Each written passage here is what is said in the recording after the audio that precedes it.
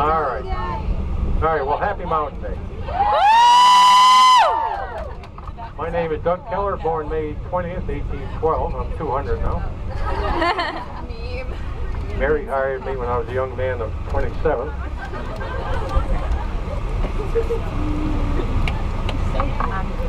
Mary was Mary Lane. Heard of her. Of course.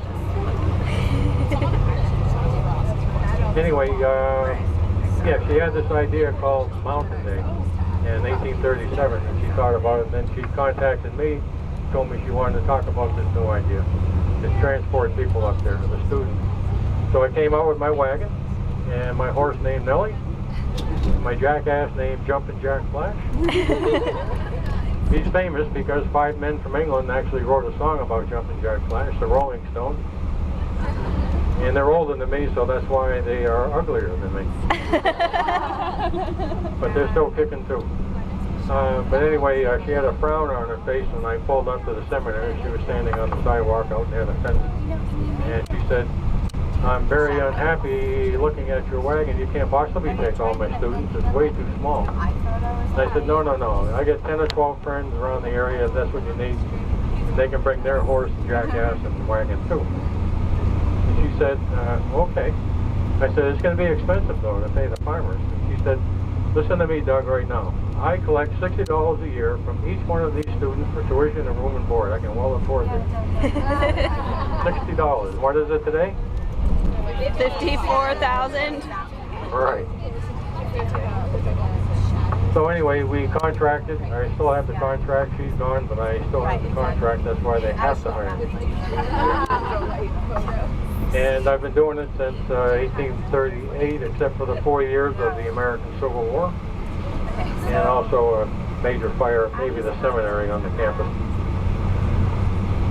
Anyway, being here 200 years, of course, I know everybody that's come through here, meaning students, board of trustees, presidents, everybody.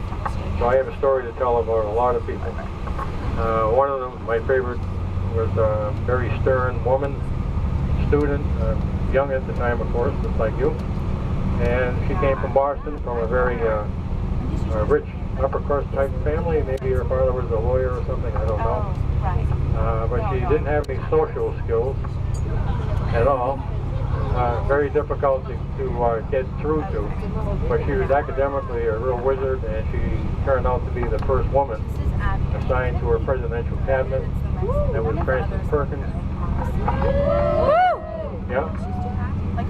Secretary of Labor. And she actually thought about, designed, and implemented the Social Security program as we know it today.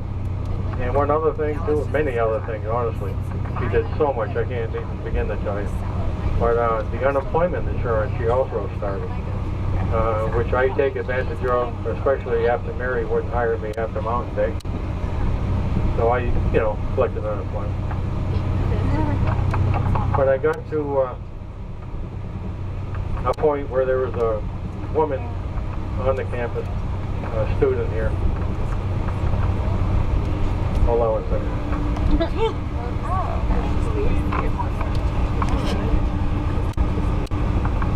I drew a blank here on her name. I fell in love with her too. Esther! No, not Esther. Anyway, I fell in love with her, and I was hoping to have a date with her, and she graduated and went on. And she finally sent me a postcard, and I said, oh, this is great. Maybe I can rekindle my love for her and maybe get married. And then I turned the card over and it said, Dear Doug, I got married. Yeah, so that opportunity went out the window. A couple of days later, a couple of years later, I get another card saying I have a baby named William now, Billy Boy. And William grew up to be the 27th President of the United States, William Howard Taft. So they named Hillside Residential Hall to Torrey. Louisa, that's her name, Louisa Torrey. So that's where that came from. So every time I drive by there, my heart really beats hard. And, I'm 200 now, so if I ever die on the campus, it's going to be right outside of Torrey Hall. Because I'm too old to control it anymore. But then I used to, come for supplies and groceries and things up here in South Hadley, and went by the seminary, and there'd be a student up there in the 4th floor, and they had 4 floors, the seminary building. She had the room up in the right-hand corner in the 4th floor, and Esther would hang out the window and wave at me and say, "Doug, I love you, I love you." I said, "I love you too, Esther." And Mary said to me, "Doug, she says that to everybody. Don't let your head get so big. Don't even listen to her." So she graduated from here and went back to Worcester, Massachusetts. I think we have some Worcester people on the bus. And her father owned a big factory there, and she was in charge of administration. He used her skills and her education to do a good job for his company. And she opened up the mail one day and saw something from England. She opened that up, and it happened to be a Valentine's Day card. First time she ever saw one. She thought it was a great thing. So she said, "Hey, they don't make them in the United States. I'm going to make them." So she's known now as Esther Howland, the mother of the American Valentine's Day card. And she actually eventually took over the whole building her father had and manufactured Valentine's there for 40 consecutive years. Recognized as one of the most successful American women in this country. Wow. If you ever see them, they have them, the Alumni Association puts them on display sometime. I think they're worth about $450 a piece, if you can find one today. And then my golfing partner was Joe Skinner, of course, down here.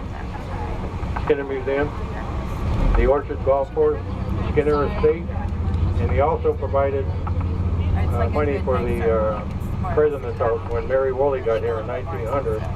She needed a place to live because she was living in Brigham, in the suite there.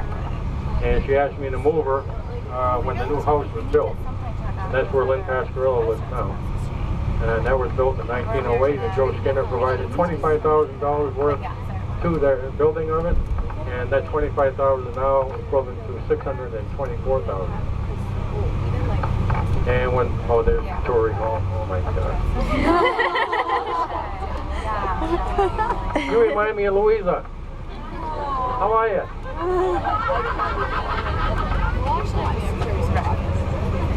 I love you.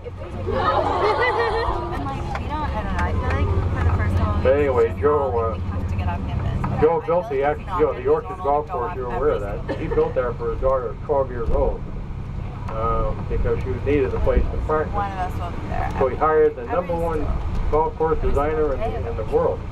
Last name was Ross, R-O-S-S. And Laurie Priest, our athletic director, brought the women's 2004 Open to the Orchard, and got notoriety all over the world. I want to thank you all for taking part in the Mount Holyoke tradition. And just like the alums, you too are going to go out and do great things that I'm going to talk about in another 200 years.